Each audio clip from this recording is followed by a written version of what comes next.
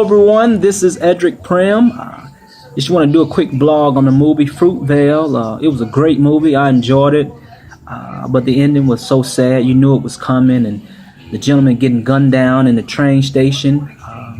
But it was a moments in that movie that I really enjoyed, and just seeing him with his humble beginnings and bad start, problem child, and he decided to man up and try to do the right thing for his family and walk away from the streets and selling drugs and doing those things that what everyone else done, and just being a liability for his environment and his family, and he decided to, I have a daughter, I have something to live for now, so I'm not going to do those things anymore. And unfortunately, fate met him at the train station that night, and it was unjust. But what really stood out to me in the movie is that as death encroached him, and as he was in a puddle of blood, and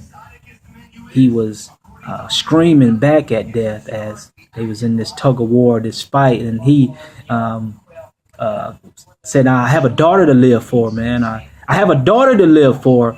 I have a daughter to live for," and he's coughing up blood, the blood coming out his mouth, and that kind of, I appreciate him for his fight, and you even though you at that point you want to do the right thing, and bad stuff shows up, but he made his mind up, and that he was gonna do what's right for his family. And I will never forget, also in California, when I went to junior college out there, and my mother she would always worry about me all the time, and I couldn't tell my mother everything that happened to me because she was always in worry mode. And she would say, once you have kids of your own, son, you understand the reason why I worry, because you being all the way out there in California, you don't really know anybody. Those people out there, they don't care about people, and they would hurt you and do all this other stuff. You my son, so once you have kids of your own, you understand. But until then, you're my son, and I'm concerned about you. And I would never forget, I couldn't tell her that I was walking home, and I was with my teammate, and he was kind of mouthy, and I mean, he was a good guy, but he was just a little arrogant, and the cars was driving on the road. And I found out what mad dogging was in California, is that if you engage in eye contact with someone too long, that means we want a problem. You have beef with me, we want to fight, and it's kind of like you're trying to intimidate them. But this particular car, three good gentlemen in the car drove past us, and they was making eye contact with me. I was scary one. I'm not into all that crazy nonsense. So I looked away quickly, and he kept engaged with this particular car, threw his hands up, saying, "What up?" I'm tired of these freaking dudes out here think somebody's afraid of them. I said, "Man, we out here, man. We need to try and do what we need to do. You don't need to be on this crazy stuff. I'm walking with you. You can talk crazy all you want when you by yourself.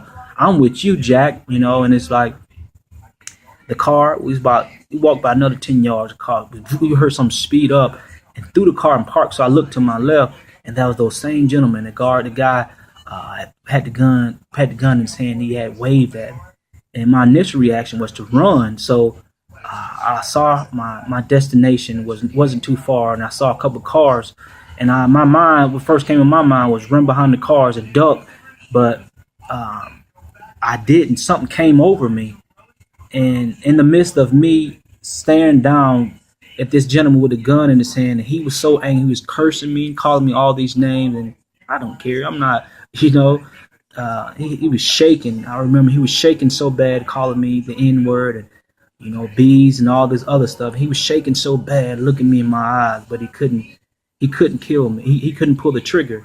And the gentleman had all the mouth and wanted to be this tough guy, he was on the hush mouth. He didn't say anything, a word. And it may sound crazy, but my voice was so high, kind of like Michael Jackson, the high pitched voice. And I was telling him, like, man, I don't want any trouble. I was higher than that, real high, and I was letting him know I didn't want any trouble. I just want to come out here and go to school. And he looked at me and turned his nose up and just angry, but he couldn't shoot me.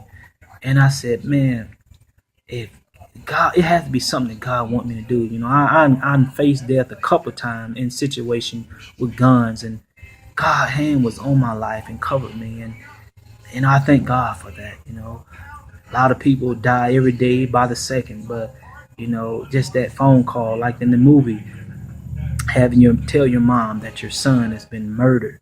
You know, that's news that no one wants to hear. And I'm grateful for that. But I just thank God. And when you think about and look over your life, and you can count your blessings, and those who in the hospital, you know, kind of dying for their life, or in a situation where they can, if they can do it all over again and turn the hands of time, they would. And they sitting there while we walk around being cool and swagged out and doing things that really doesn't add any value to society or our seeds or those around me. I'm just wasting life, not in purpose. I'm just going through the motions, you know, and those people fight for their life, and we wasting our life. You know, it's something to think about. But enjoy your rest of your day, people. I just want to do that, Lord. God bless you.